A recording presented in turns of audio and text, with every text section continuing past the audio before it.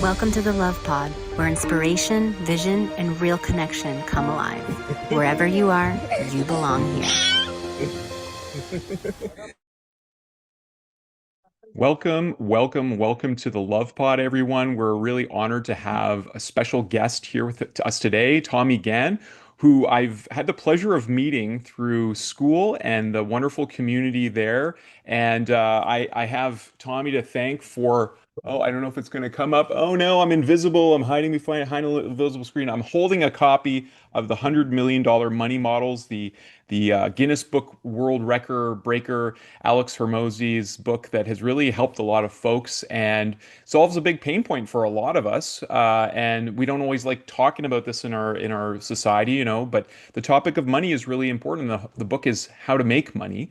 And Tommy, when I met you, you had this big goal, and I saw you interweaving in all kinds of communities that I was interested in as well. And I really appreciate your presence in communities. You're an awesome support and a voice that uplifts many community builders. So really, we're privileged to have you here. So I just love to invite you to introduce yourself. Tell us who you are, and let's jump into it. Yeah, awesome. Thank you for having me on, Nathaniel. It's a pleasure to come on and talk. So I'm Tommy from Manchester in the UK.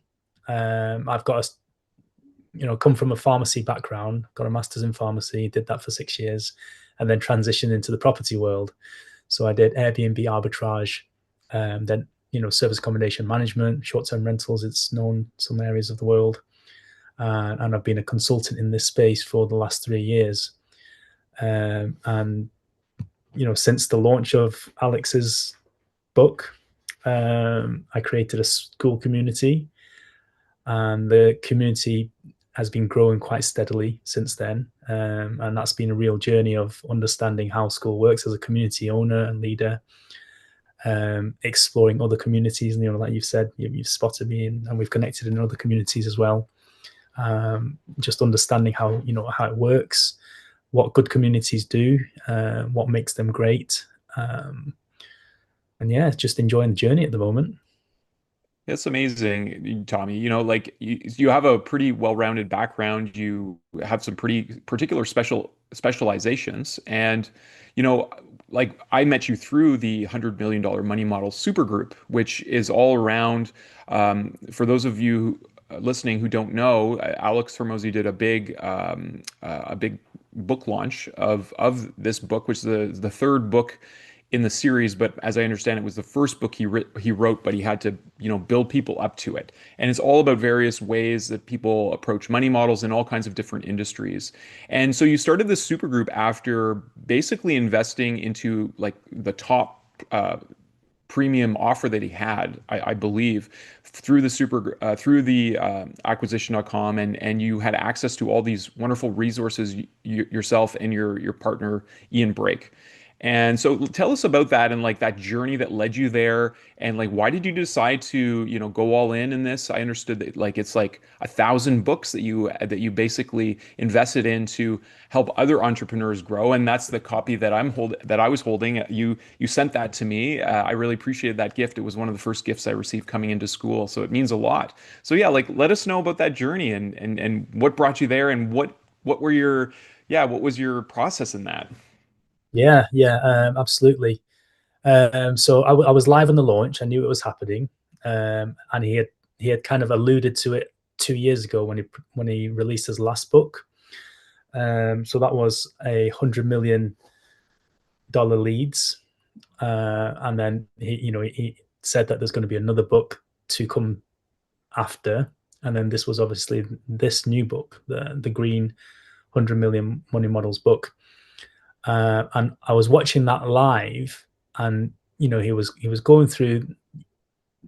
I'd say typical, but it's not really typical. It was a very masterfully well done launch, because he offers stacks. He does an offer stack that are very common in high ticket sales, and then he stacks it.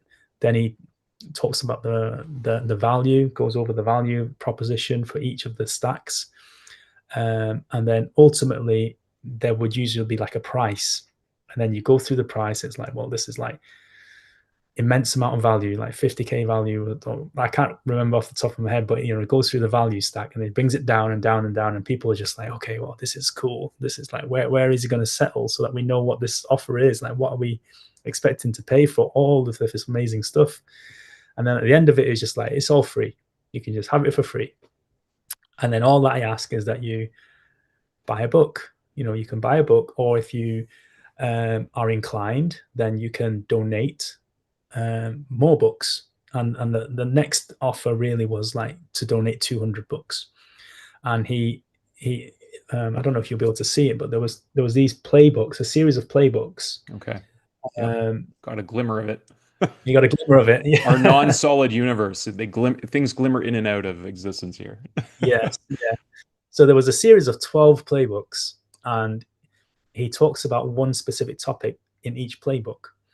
And I think the numbers that he pulled off were like, normally his team, his acquisition.com team, would do 1 day of consulting for that one particular topic, and they charge 35,000 for the day's consulting. And there's 12 of these, so the combined value is like 420,000. Wow. Ridiculous value. And then he says, this is a bonus. You get these physical copies delivered as a bonus if you donate 200 books. Okay. You just cover the cost of the books, and then you get all of these amazing bonuses for free. And there was also the ACQ AI, where it's been trained on all of the information from him consulting thousands of businesses. So there's all different industries, areas, sectors, all of that information is in the AI. And again, this was like a included part of the bonus. So I was just thinking, wow, that's an immense, it's a lot of money, like it was 200 bucks, $30 each. But I was thinking, surely there's got to be 200 people that would be interested in pooling resources together, and then we will just share the knowledge of these books, like these playbooks. We can just learn these things together. And I'm in a private community where it's just like networking, another group of people, and there was 400 some people in there. And this was a Facebook group. Okay. And then I got the permission from the group admin, the group owner, and I said, I've bought these books. Can I give them away to the community? Because I think this community would be the community that I would like to support with these books. I think it's going to be valuable.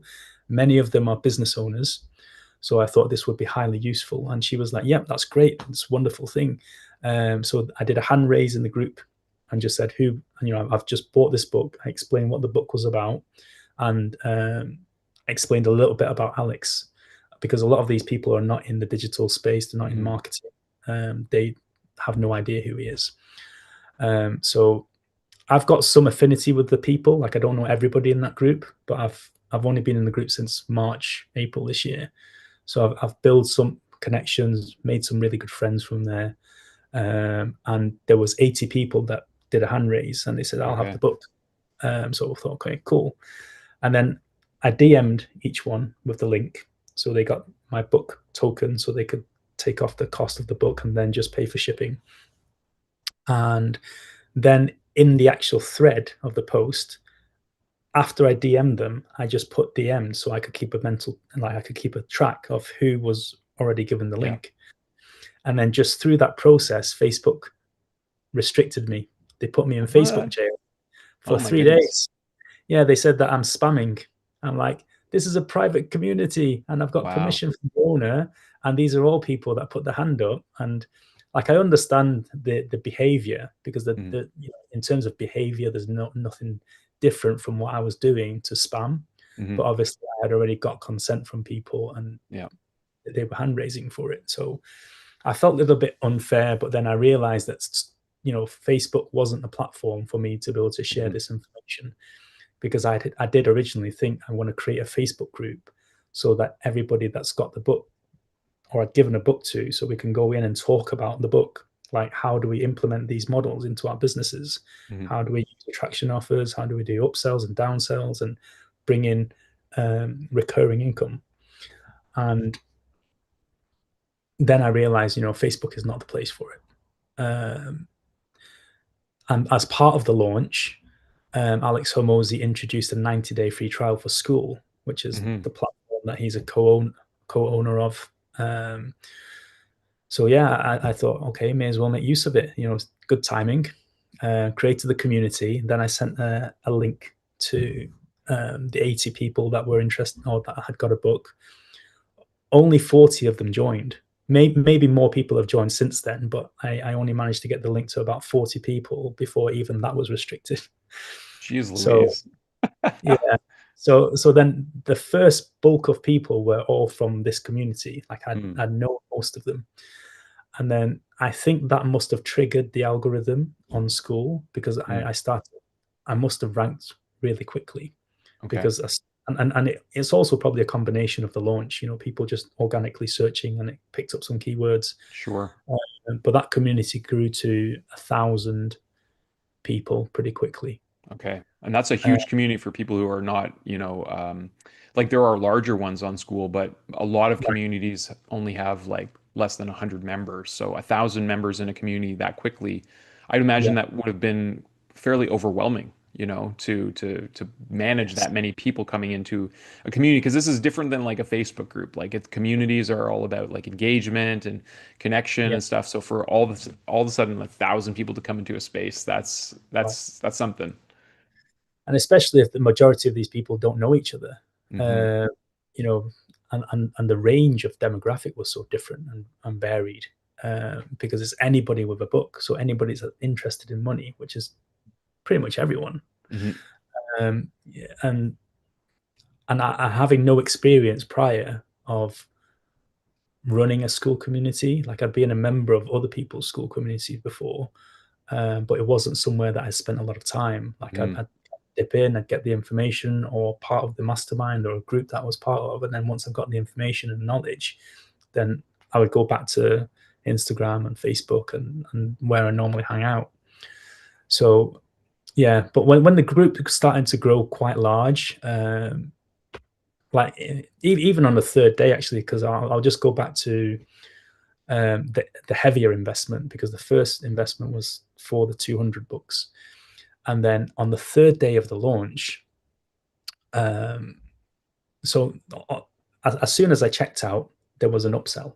So as soon as I checked out, there was an upsell for another 800 books, so you can get to the 1,000. I'm like, no, that's way outside of my budget. Like I'm not really gonna go for That's a that. lot But I of left. books. It's a lot of books, and I left the page open because I thought, I don't know, I just felt the pull to leave it open, so I just left it on the tab. And then on the third day, so he went live on I think it was a Saturday. Then on the Sunday he went live, and then on the Monday he went live again. And then towards the end of the third day, which was about 3 or 4 in the morning in the UK now, and then I just had a thought. I was like, I went back to that tab and I read through, and then it said that this tab is really just a filter.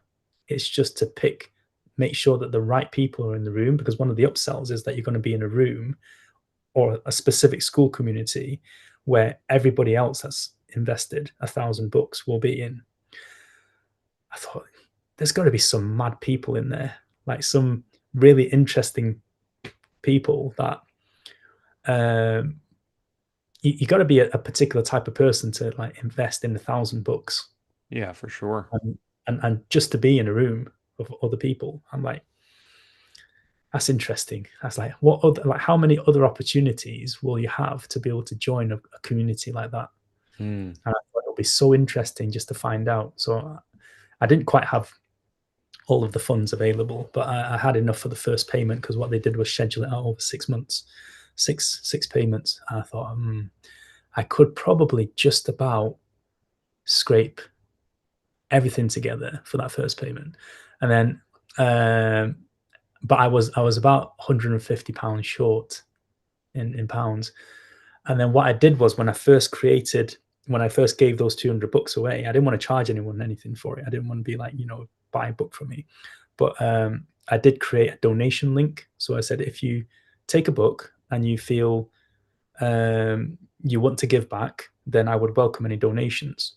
And in the donations, I had about £200, which was just enough to get me over for that first payment, the next lot of, the next tier.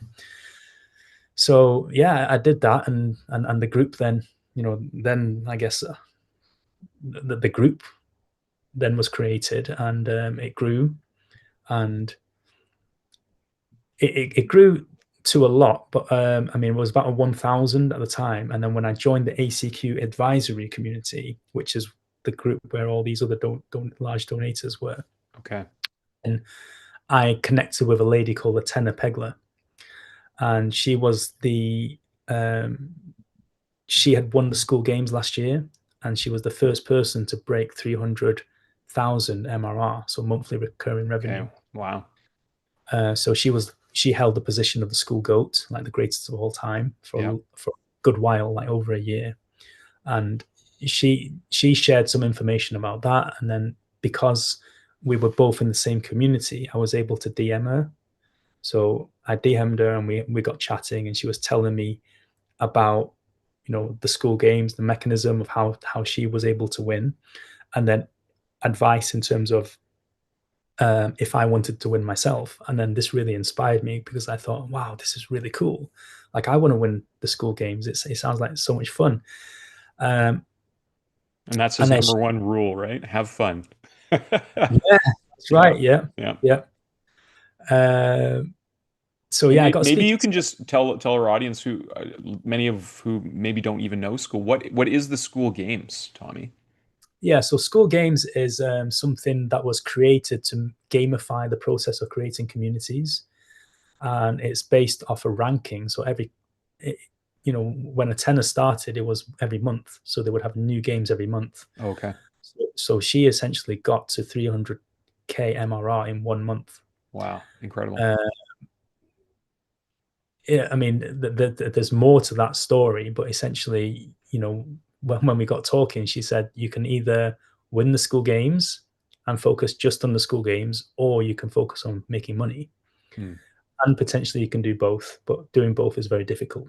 So they are not the same thing. But yeah, the Skool games is essentially per category, and there's 9 categories on Skool. And money is the hardest category to rank in. You know, obviously there's a lot of competition for people that want to teach people how to make money. And with my group being called Money Models Supergroup, it's in the money category.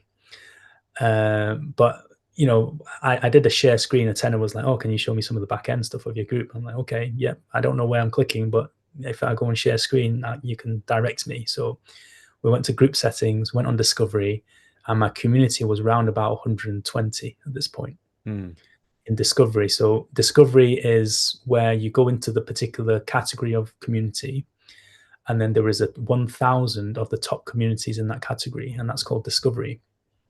So my community was just outside the top 10% of money. Okay.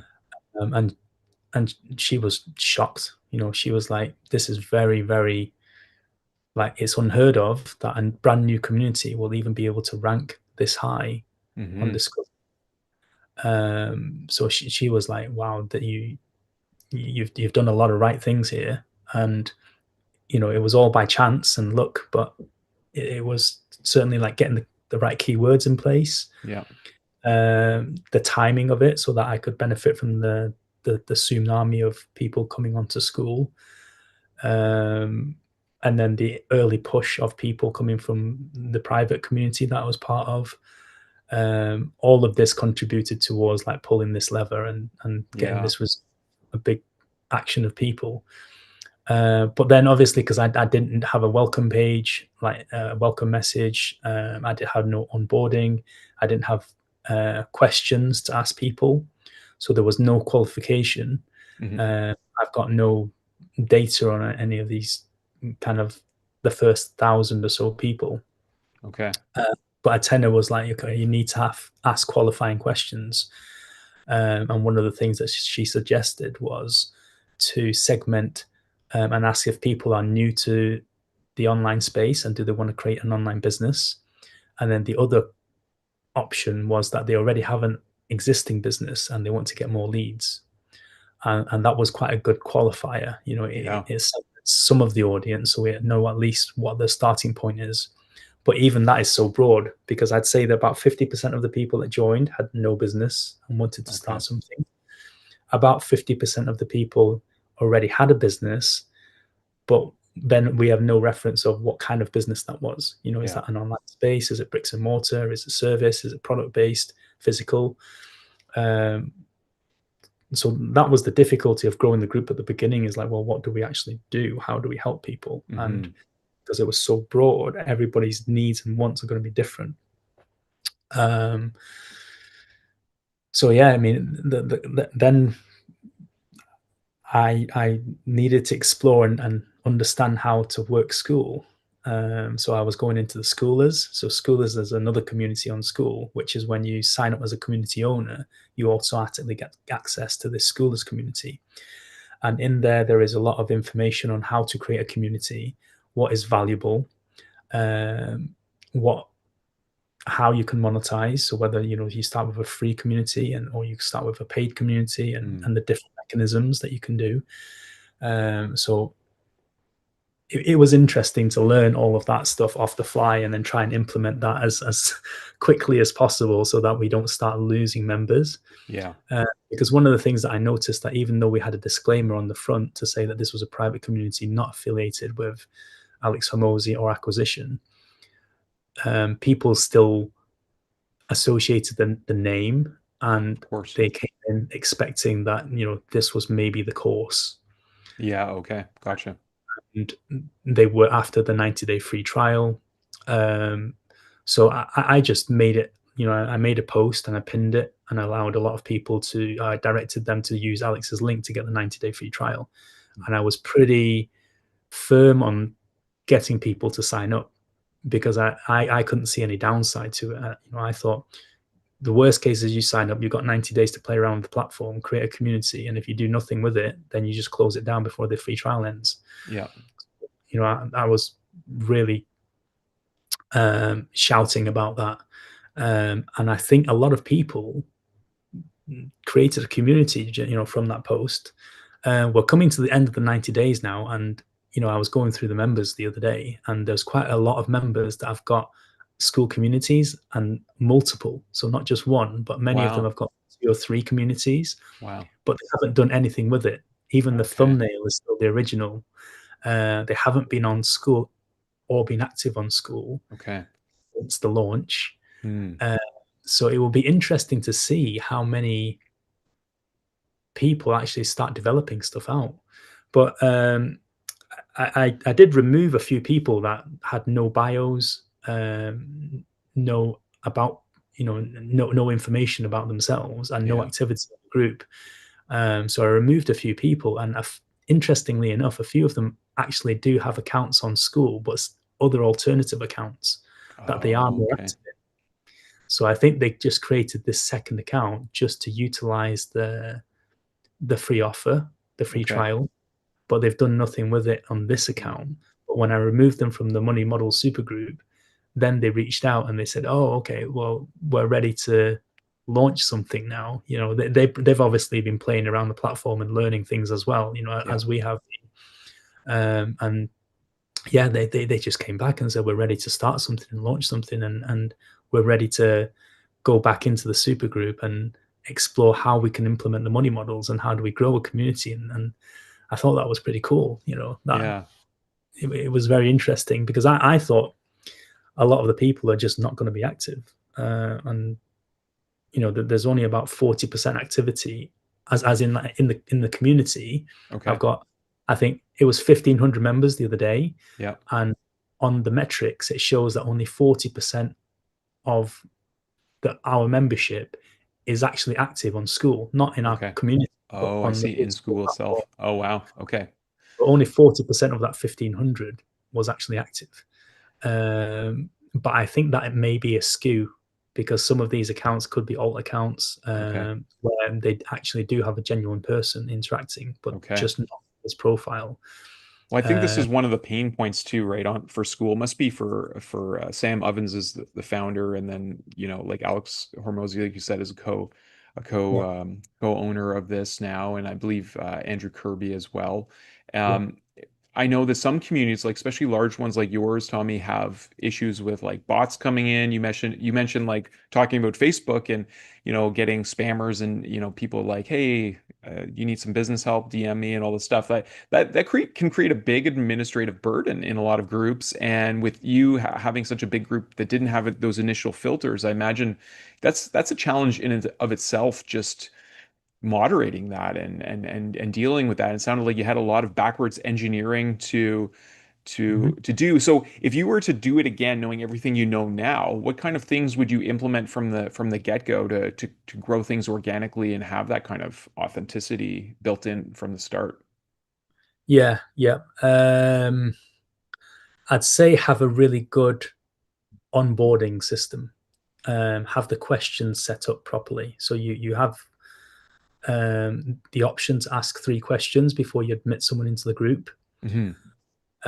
So contact information will be a really like a mandatory one, I would say. So that you don't, if anything happens to the community or the platform, then you don't lose contact with your members. So I think email is pretty important, and then contact number, and then the next one really it could be anything. But I think depending on what size of community you are, then that last question would be different. So Hmm. to begin with, you're very unlikely to attract the attention of bots and spammers because the group is just too small for them. They would be spotted straight away. Yeah. It's probably quite obvious in terms of what their profile looks like anyway. So they would just be declined. As the group gets bigger, so I'd say probably 1,000 or more is when you would be a target for bots. Okay. And then the question would be different. So maybe at the beginning, it would just be to segment the audience to understand them better and Hmm. really just to understand if it's a good fit. As the group and community gets bigger, then the question could be something related to that a bot wouldn't be able to answer. So Okay. you think of a question like a multiple choice question, and you would select one of the questions as maybe click this if not bot. That's, some yeah, some like, something along those lines where it would just remove that, and then you can always segment the audience afterwards once they're okay. in. Um, And have you figured out like the purpose of bots? I've wondered about this, and since you've had an interesting journey in Skool, right? You've had a lot of behind the scenes kind of access, especially being in the acquisition group and having some higher level conversations with folks. I still can't figure out like what is it? Is it just that they're trying to catch people to go into funnels, connecting people with other yeah, things. I mean, they seem very obvious when they appear in community, and part of me wonders is if it's just because they're coming from this paradigm of like Facebook and stuff where the lack of engagement there doesn't make them as visible. Like I still haven't figured out, yeah, what's their purpose and who's generating these things so that they. not fully sure. I think it depends on depending on who creates it, the intention will be different because we've Yeah. noticed there's a number of them and this was something that you don't immediately pick up. So I didn't know about bots, and some of them have got actually AI images of people, and it would be unless you see it a lot, then you don't really know how to spot it. Hmm. And I haven't played around with AI too much, so it was all new to me. But now it's more easy to spot. Once you see enough of them, Hmm. Hmm. and then there are telltale signs like new here, um, talking about drop shipping. Yeah. Uh, the phrases that they use are very very like they're just Yeah. copy and paste essentially for Yeah. that set of bot. And then the email addresses that they use, the locations that they come from, the disconnect in some of these, because Hmm. sometimes they say that the location is one place, but then they're logged in from another place, and it just alarm bells ring. Also, the name sometimes don't match, so you would usually have your name and then a number at the end, Yeah. and then the name of the person or the account.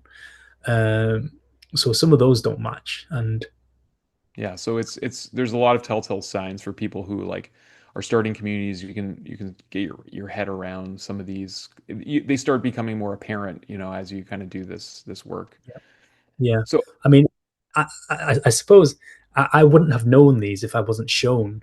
yeah, yeah, Um, so there are, some people that are far more intuitive, and they've taught me these things, to look for these telltales. Hmm. So two people, Ava Raposa is one of them. She used to be a mod for Synthesizer, which is a very large community on Skool. They've got about 30 or so thousand members.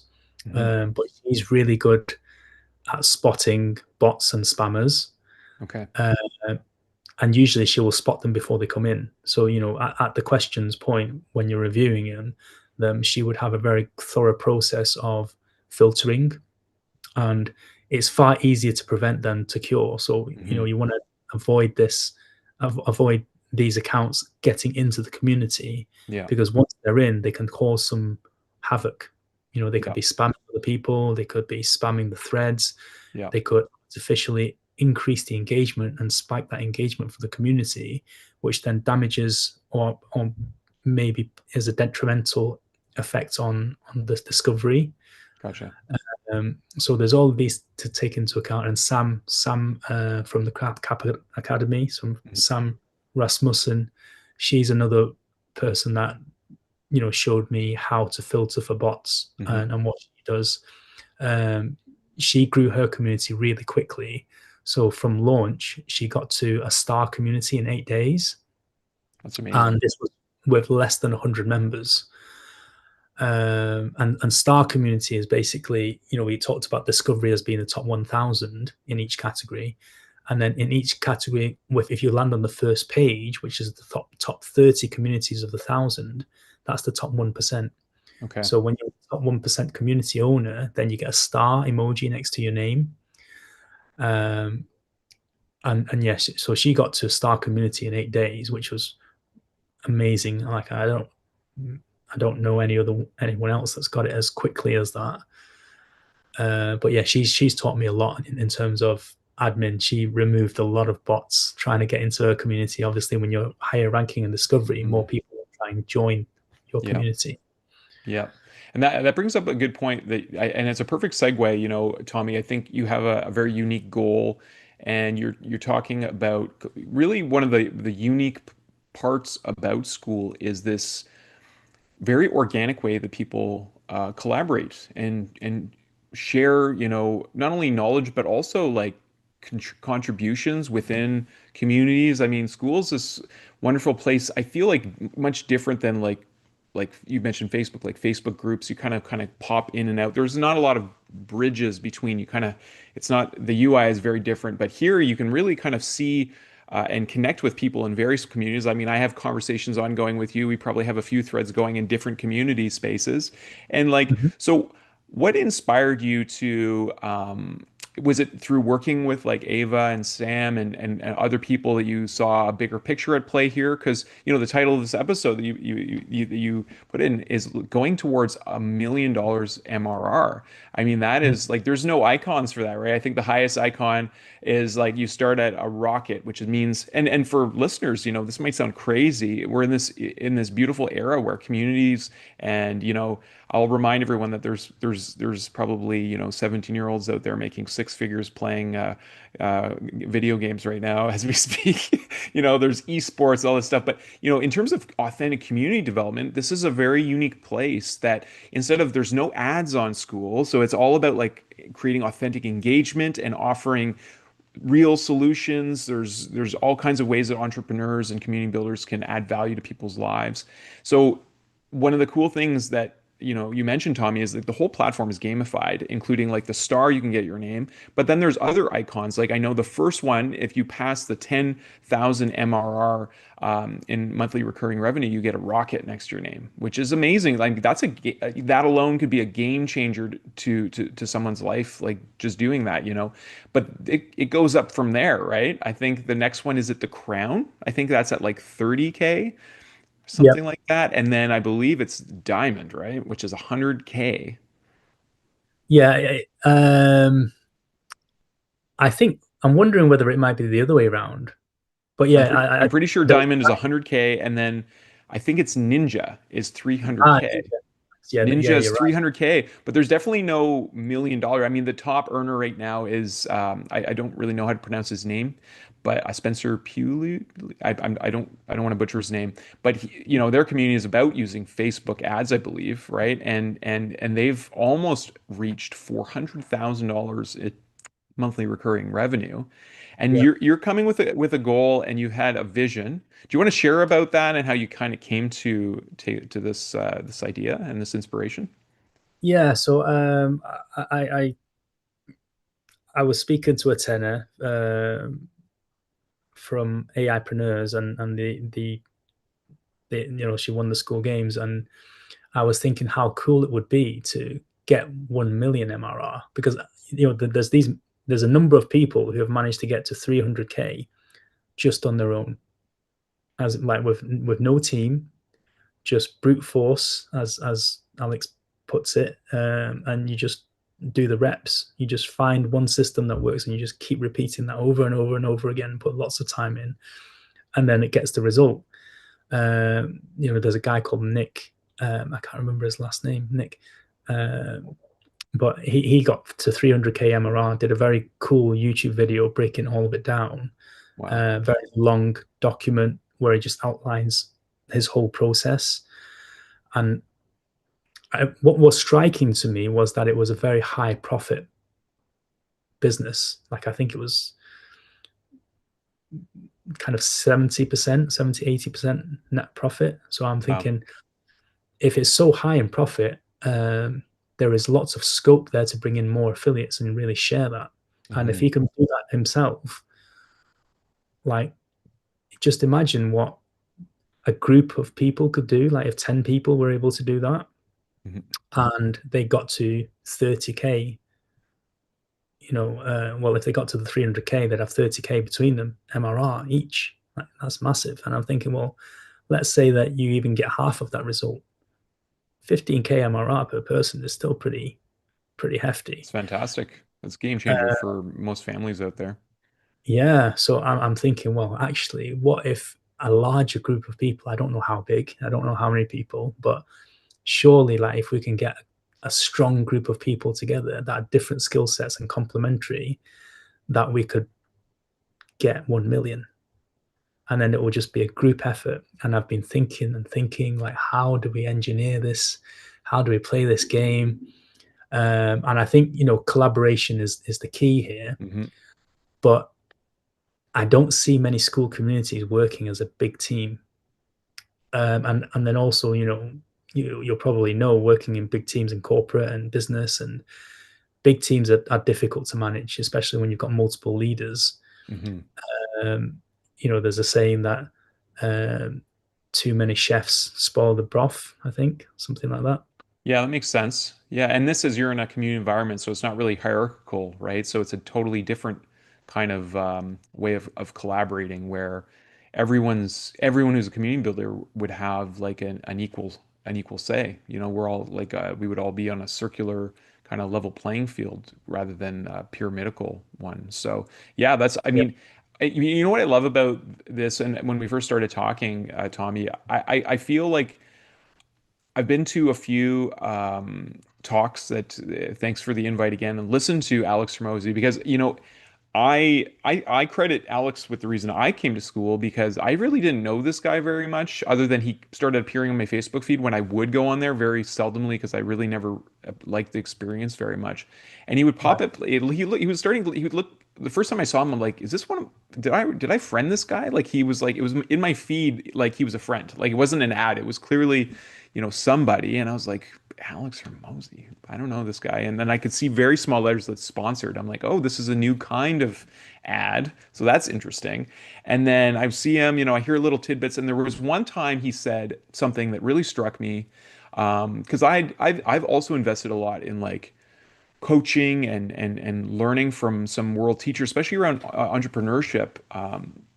And part of it wasn't because I was never given these skills growing up, so I'm like I have to learn these things. I don't know anything about sales and marketing, but I have this mission to fulfill, and it's around up leveling and uplifting the consciousness on the planet, and I have a mission. But if I can't support that monetarily, then it's not going to go very well, and I need to learn about how to market myself to make more visible, and there's all these skills that I need to build. So I remember being in some of these, listening to some of these leaders, and I'm like, I just want to share with them some of the information and journey that I've had, and I have some really valuable resources. So I want to get in the room with these guys, and it wasn't even like selfish motivation, but I know some of them are just so bombarded with people, so it's like you can't create a space of, just, hey, Tony Robbins, I'd like to tell you about these wonderful Christ letters here. They're really important. And, like, there's just no access to a lot of these guys, right? And I noticed that very quickly.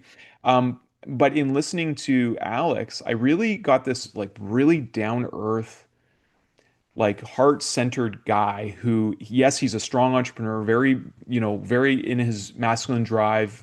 I like to lovingly call him Bro Mosey. He's very, but Rosie, yeah. Bro Mosey, but he says things like, I love you guys. I just want you to all make money. And what I love about your contemplations, Tommy, and I know we've had some long discussions, is that your heart is in wanting to help people achieve what you call it the fire number, and I'd like you to kind of expand on that. But also, it's this in Yeah. the spirit of that same in the first talk that I heard him talk, it was just a little short or something. He would say, like when I was up and coming, no one wanted to spend any time with me. And I'm sure he was talking with some of the same players that I've thought about. He's like, no one had any time for me until you make it. And I find that one of the sad parts of kind of the way that business is done in our world. It's like, until you do anything, you're not important. And I saw his heart, and then listening to him say things like that, I saw that. So what I love about how you kind of like found your way, and through serendipity or whatever, you started the super group, because anyone in that acquisition group could have done something similar from like a strategic point, but you just did it very much from a like, I want to get these books into people's hands, and okay, Skool's the place. And now you're in a position to really help Alex's mission to really get these books into people's hands, to create greater awareness of that. and Yeah. and and so, yeah, I'd like you to talk about the fire number, and maybe some of your like the drive and your why about doing this. Yeah. Yeah. So in one of his talks I think it was post launch, one of the workshops, or it could have been one of the lives after when he was doing the launch, he was talking about like if you want to scale the kind of a $1 million business, and you look at it as like a mountain, it's more like a hill. Like there's an infinite number of ways to get up that mountain. As you go higher up, then like if you're looking for 100 million, a billion, multiple billion, then it's harder and harder to climb up. Like if you think of Everest, there's probably only one or two, maybe probably one route up that mountain. Mm-hmm. So it has to be of a certain size, like probably like mega tech or something like that, like Facebooks and Teslas, and really to be able to get that kind of level. But to get to a million is so relatively easy that there's so many ways, so many paths up to that. You could just have a $1,000 product and sell 1,000 of that, and then you've got your million. So this got me thinking: is, well, most people won't even need a million. Like even that's overshooting it. We just need enough to cover basic expenses, monthly expenses, maybe plus another 10-15%, as a contingency. And if you can hit that, then effectively you can be retired on cash flow. And I'm on Skool, and there's all these people talking about MRR, and they're in the Skool games, and they're getting like 5K, they've got rockets, they've got crowns, and I'm thinking, maybe everything's just far too complicated, and there's a lot simpler solutions here of just doing something that you really enjoy, that is really fun. Like what's the mechanism here? Like what's this? It's working for some people, so how is this working? So I was trying to break this down, and I've thought about this a lot and all the different mechanisms, and I've come to identify quite a number of them. One of them is obviously Skool has an affiliate system in place, and on the higher tier they pay 99. You pay them $99 to have a community, and they pay out 40% commissions. So if you can find someone and you support them to start a community, you would get 40% commissions. And then really you just need 3 people, and then you've got a business model. A business model that after 3 you break even, which is very difficult. Like, I don't know if you've experienced a lot in business, but I've done a lot of businesses. And if you're buying real estate, you have to get the deposit, you have to get legal fees, you have to go through management fees, to manage the asset. You're probably not going to see a return on your investment for like 10 years, 20 years, until it's paid off, and then you start making money. And then we've got Skool here, which is like, we've already broken even in our community. Like, we're a $99 per month community. We just went pro. We wanted to use the affiliate system. And we've just helped 3 people develop, and they've gone through the free trial period. So there's a 2-week free trial, and they've all come on as paid members now. So we're a break-even community. And it was surprisingly a lot easier than I expected. And now that we've done it, we've got proof that we can show the rest of the community this is how easy it could be. Okay. And since then, we've helped to connect other members. So one of the things that I talked about in our community is that we don't want to just do everything for ourselves. So we wanted to show that we could break even and then have a break-even business model. And then we wanted to help other members. So one of the things that we asked was everybody to share their Skool links in our community. So there's a thread full of everybody's links. And what we tried to do was pair people together. So they're using each other's links to then create communities. Okay. That decreases both of their costs. Okay. Because they get income from each of them. So now they only need to find another 2 people to help build a community for, and then they break even. And this is not even this is before they actually start taking money from selling any of their own services or products, charging a subscription on their community. This is before all of that stuff. Like, we just want to get them to break even first, and then they've got all the time in the world to play and explore without any financial constraint. Yeah. So yeah, that's all really exciting. But and do you think that is like, because I'd imagine the players who are making Skool and like they're aware of the game that they're creating too. Do you think like some of the Easter eggs, I like to think of them as in Skool, are like these, read between the lines, like you can do these things? Because when I found out that, Skoolers itself had an affiliate of 40%, I said, well, that's really cool. They don't have to do that. They could just be raking in, like a lot of tech giants. They're not really concerned about the average consumer of their product. They're just thinking, how can I get more ad dollars in? So there's really already this built-in, mutually reciprocal system that's there. So I'd imagine these guys like Sam and Alex probably have talked about all these different possibilities of ways that people can approach, building their community and working together. Have you thought about that? Maybe you've had like some inside circle conversations, it being in the acquisition group and stuff like that, or?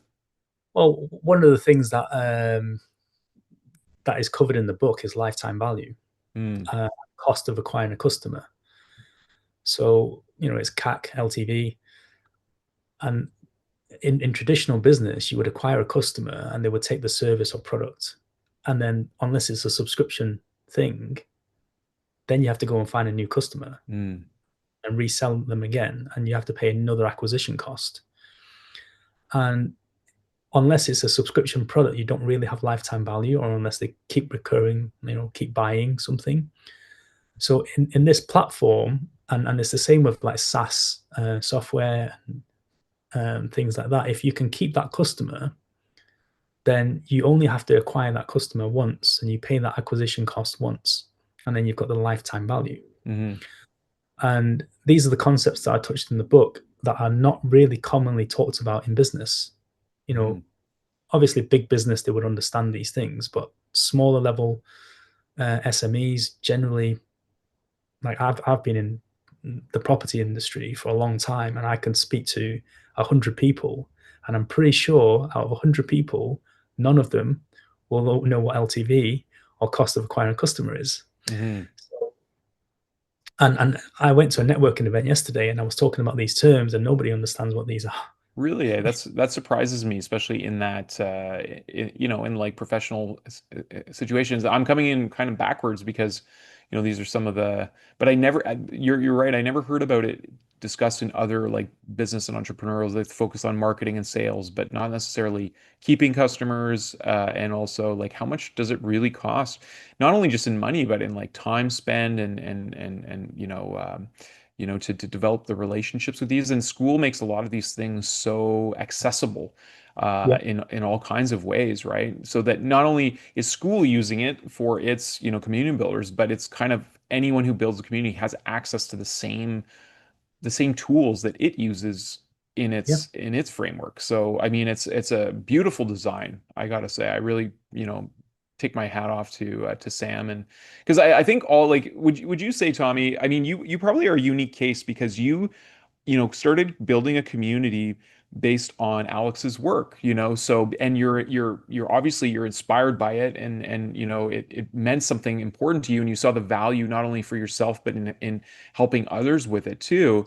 But a lot of right. community owners, like you mentioned, Samanda, who started Crap Academy, and it's a beautiful, unique community that has a really wonderful sense of humor. Her courses, like our listeners might not know this, but every community has its own classroom, so you can build whatever courses you want, and there's a map in there too. You can see where your members are in around the world. And her classroom is probably the most unique I've ever seen. I won't spoil it for anyone, but the courses are just so funny, and so like just like tongue in cheek, like great, great, great, authenticity there.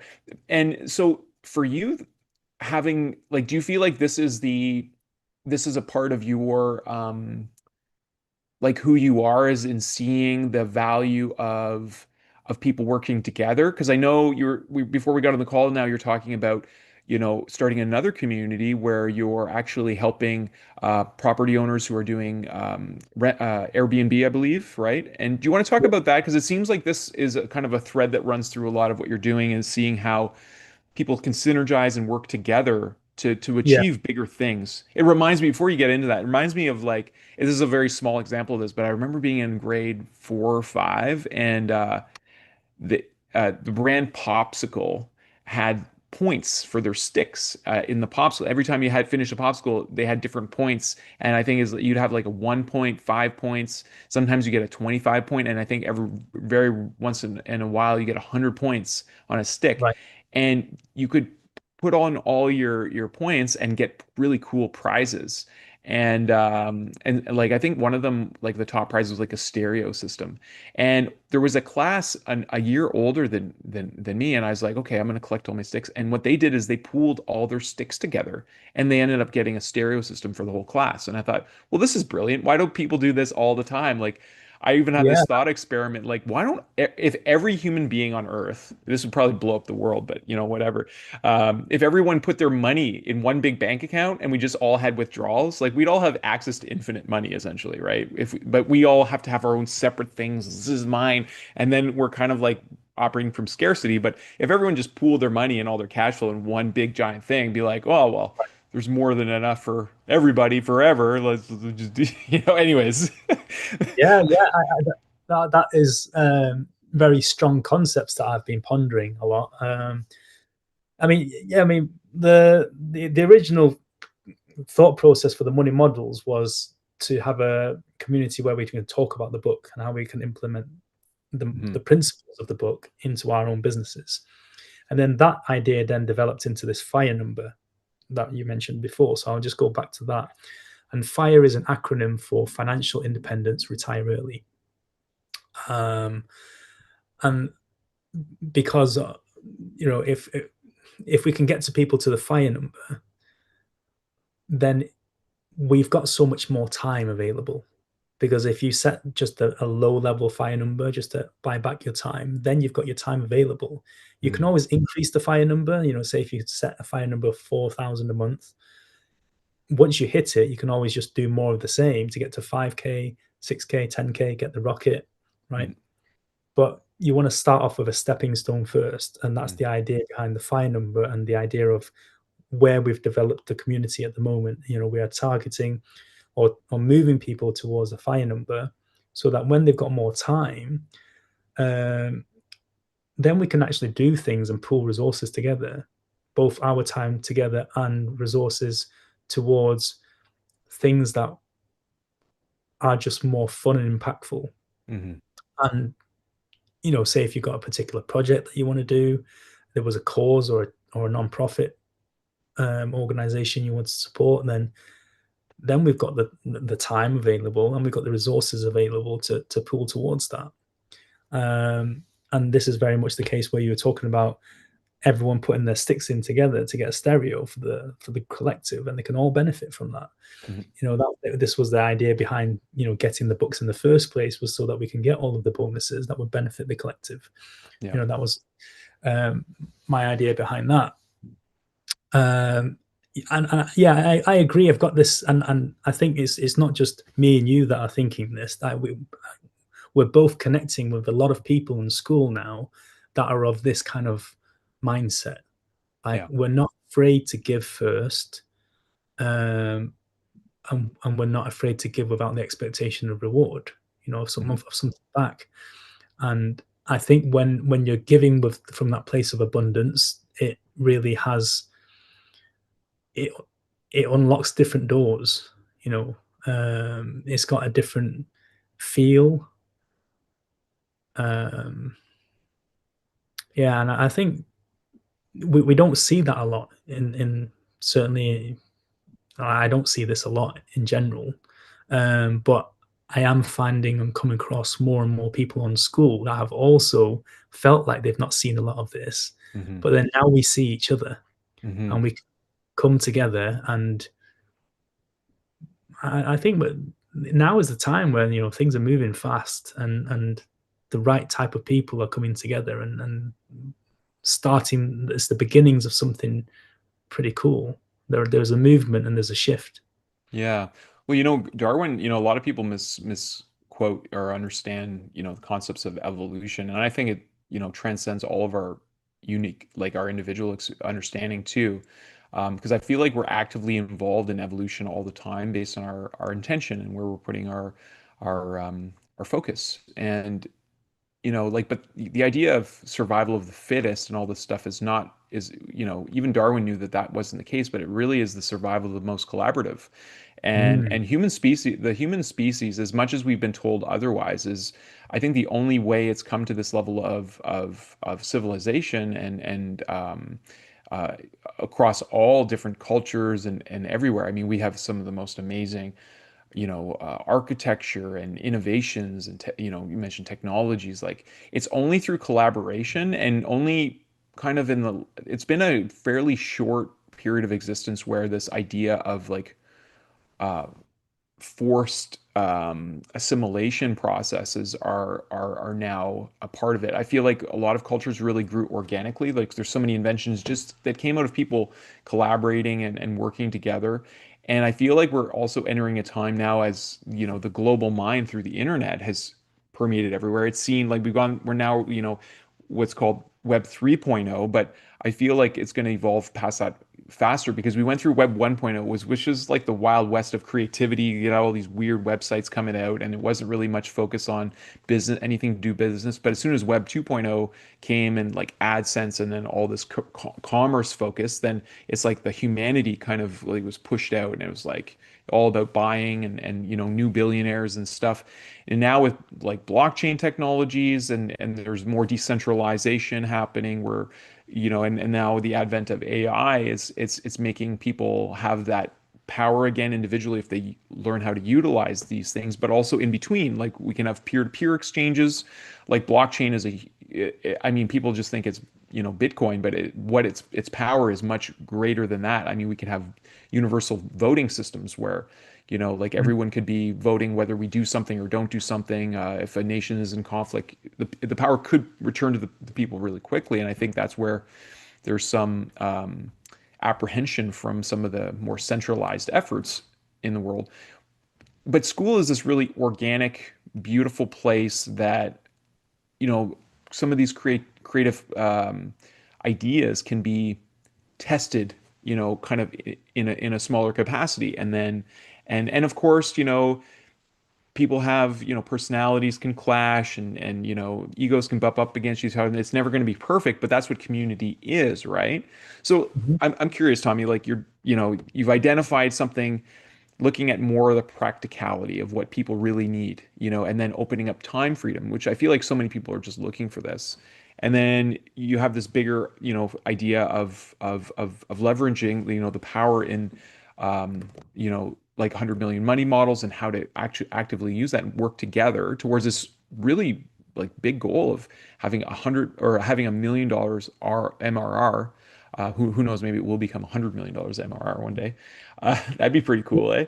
Uh, Maybe across the communities we could probably achieve that. Yeah. why not, right? I mean, there are people who do, as individual business entities, they do way more than that, just one entity. So people working together and putting all their popsicle sticks together can really change the shape of the game. So what is your higher vision for this? And like, how do you see, yeah, like what is Tommy's higher vision for the world, both for yourself and like what would you be doing with all this time freedom? Is it with loved ones, and also what's your view from that place of the world, and how what would you see, what would you notice people doing? Um, I think I see lots of things in the world that would be nice if they were done differently. Hmm. I think generally people are not very well supported, and we're not given the resources to support each other very well.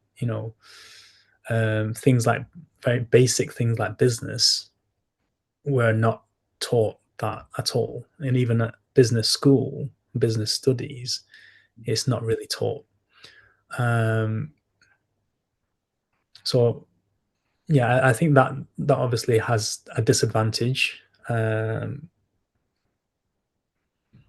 so do you see more like sharing, because you're talking about time freedom, so more entrepreneurs who have become successful from collaboration and helping one Yes. another grow, like they're now in a place because they're not constrained like a traditional entrepreneur would be. There's, work still, even though they're successful now, they have more responsibilities, they have more demand on their time. Maybe they're working 80, 100 hours a week to maintain that kind of success. Do you see them now like going into communities and offering their wisdom and their support in their Yeah, time more? I think so many people have got wonderful gifts, talents, and they don't have the time freedom to be able to utilize their gifts. Hmm.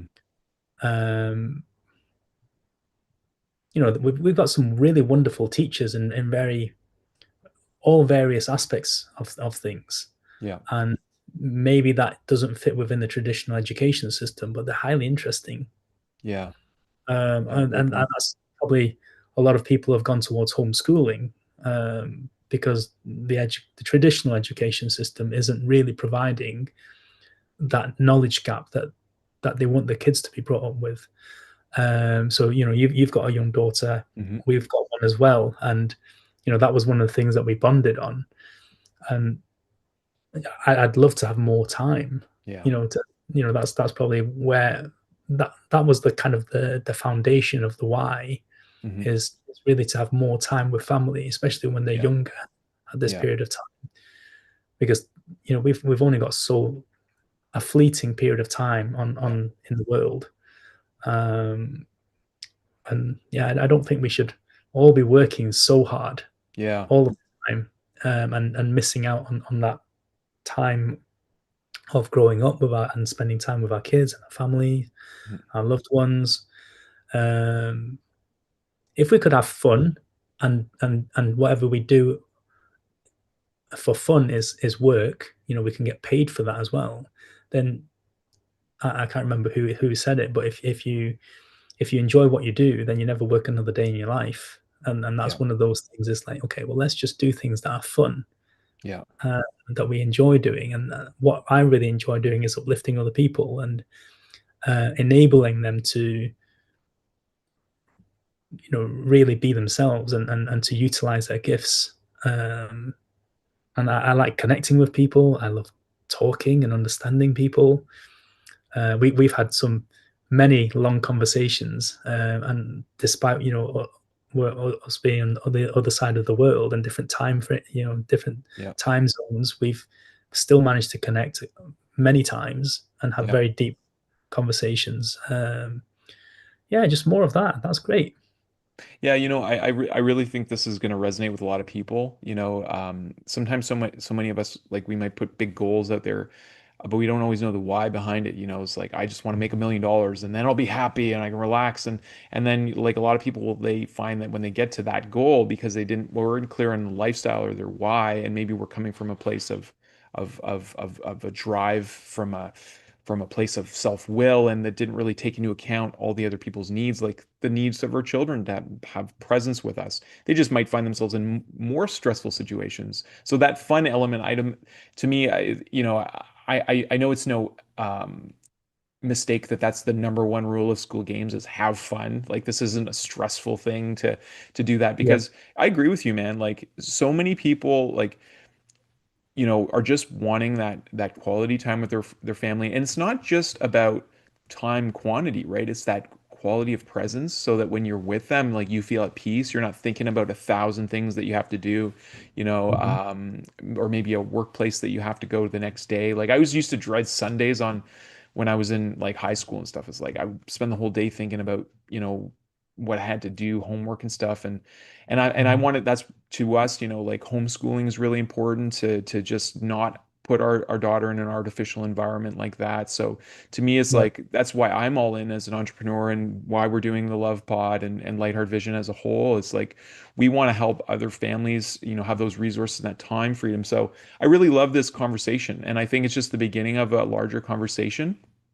And the other thing, the other power here too, I think one of the biggest leverage points here is that by doing what we have to do, in our roles here as parents, to create this, however difficult it might be in terms of the growing pains and learning new ways and the new technologies we have to adapt, we're also modeling new possibilities and new paradigms for our children, so they don't have to, like, relive. They don't have to be the ones that break these cycles. They're seeing it through us, and they're seeing Yeah. us overcome these challenges, because so many people talk about, business in the world. I had a Goose on the show last night, and he was talking about his mission is to really change the paradigm of business and really make it all about, having fun and enjoying time with people. And you have a very similar goal, but you're another unique expression, and you're doing it a different way. But that's what makes community beautiful, is we all have these different ways of seeing things, and different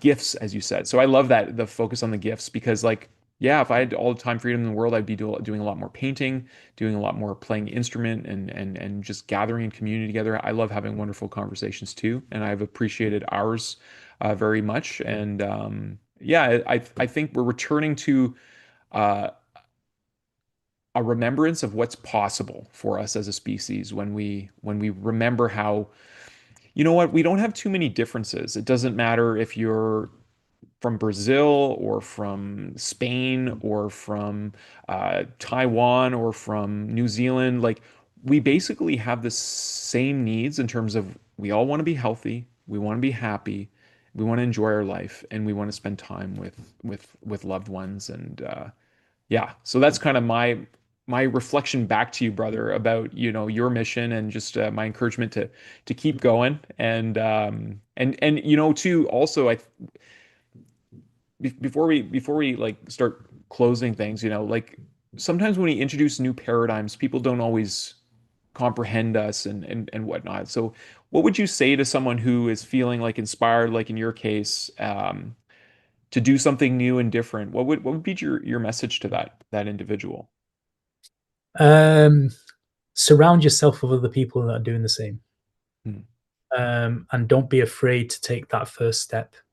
There is always going to be that leap of faith of, yeah, you can just sit at home and do nothing, or you can just put on the boots and go on for a walk and take that first step. And you don't always need to know exactly where that's going to take you.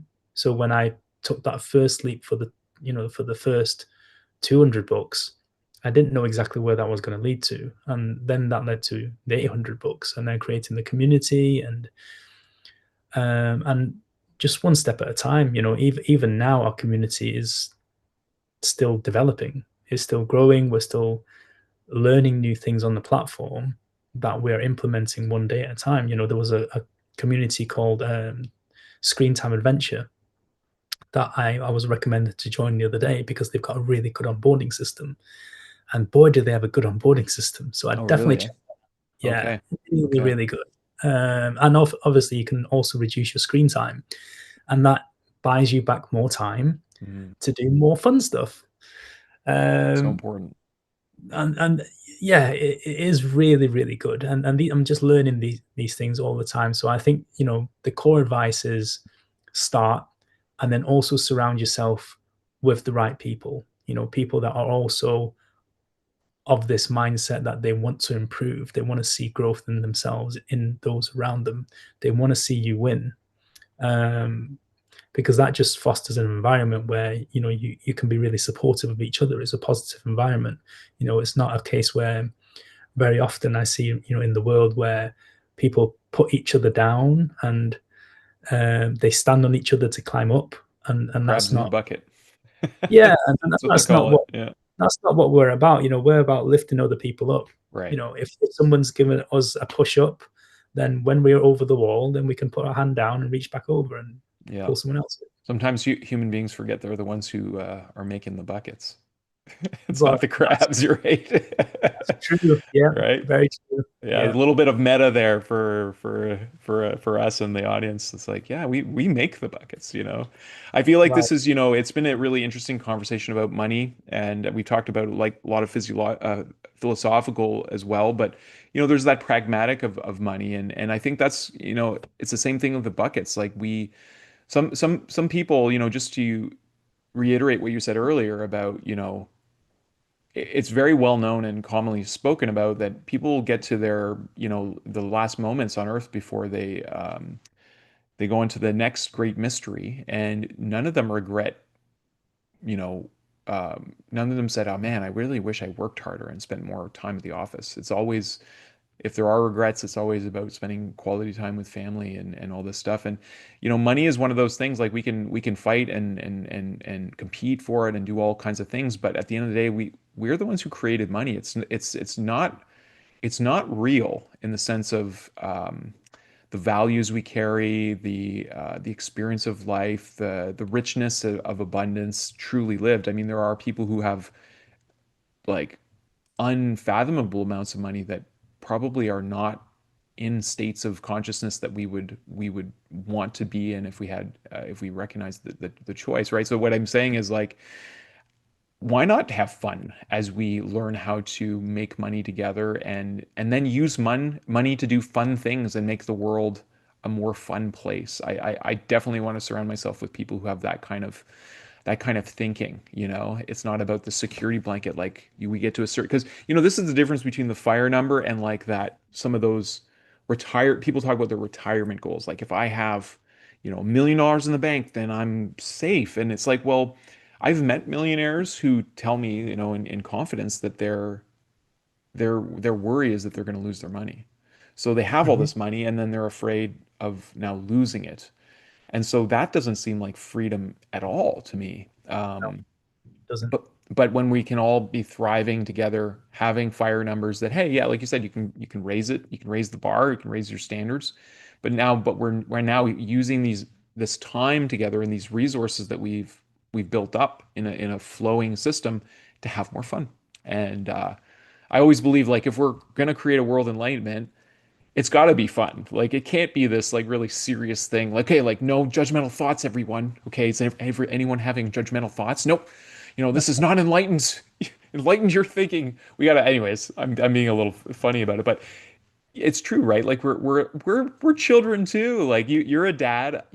I love moments with my daughter. You know, it's just so fun because it reminds me of the importance of having fun. Hmm. And so I wanted this final word like for you, Tommy. And I often ask guests like if they could have, you know, a megaphone to the world, what would they say to everyone? But for you, since you're this loving dad who has this vision, if you could have a megaphone and talk to our greatest teachers and our greatest leaders, them being the children that are here on Earth right now. Maybe it's, you know, the young generation alphas, I think. Because how young is your daughter? She's almost 3, so early She's next year she'll 3. be 3. So Yeah, she's, you know, this new generation up and coming. yeah. She's got her dreams, her gifts, as you say. If you could talk to all the young children of our world right now, and hey, you had a megaphone, they could all hear you, what would you say to them?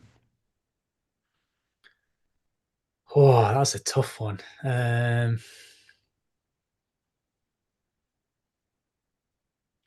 Just have fun Hmm. and not be too serious.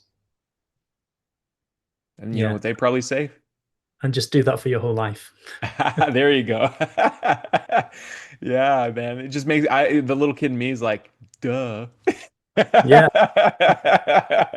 But how, you know, it's interesting because we take on this forgetting as we grow up. And I remember watching the games that adults were playing with their mindset and being like, oh, they're kind of playing a game. And I remember thinking like, oh, I can just probably play that game and but also remember this childlike self. And a part of me always has, but it does get challenging at times. The weights of the world can make us forget.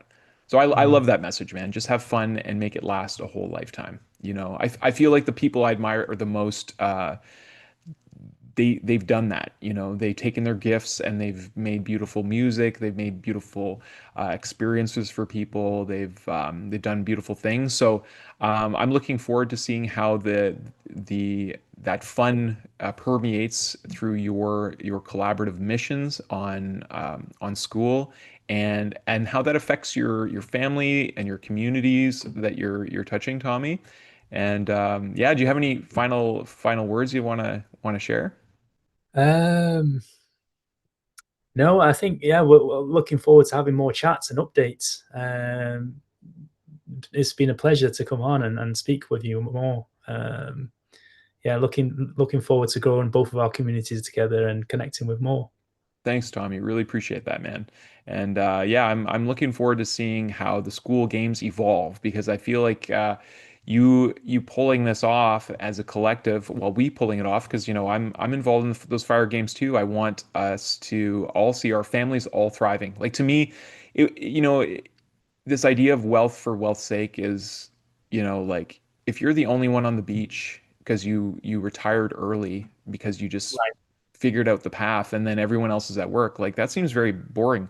But hey, if we could all be making really cool sand sculptures with our families and you know and traveling to different beaches together with kind of the freedom of choice, that sounds really cool. And Yeah. yeah. So thank you, brother, for coming on, and we'll see you inside Skool. And so for our listeners who are tuning in, how can they find you, Tommy? And we'll be sure to put that in the show notes as well. Yeah. So the 100 million money model supergroup. I'm sure you can drop a link. Otherwise, on Instagram, LinkedIn as well. I'm starting to develop that out Okay. with Sam Rafflin's support and in her group. So yeah, I think these will Okay. be the main places. We will have a podcast as well soon. Awesome. So once that launches, would love to have you on as a guest as Oh, well. wonderful. I'd be happy to come on. Sounds great, Yeah. man. Okay, that's wonderful, Tommy. Well, thanks again. So we're just going to end the show with a nice little note from our daughter Luciana. And so to all the listeners out there, thanks for tuning in. We wish everyone a wonderful day. Please feel free to like and subscribe to the show. It really helps us in our mission of reaching more people. And we wish everyone and all those you touch a wonderful, blessed, fun for the rest of your life existence. So thanks again, Tommy. Thank you. Thanks for watching. You say ciao ciao. Bye.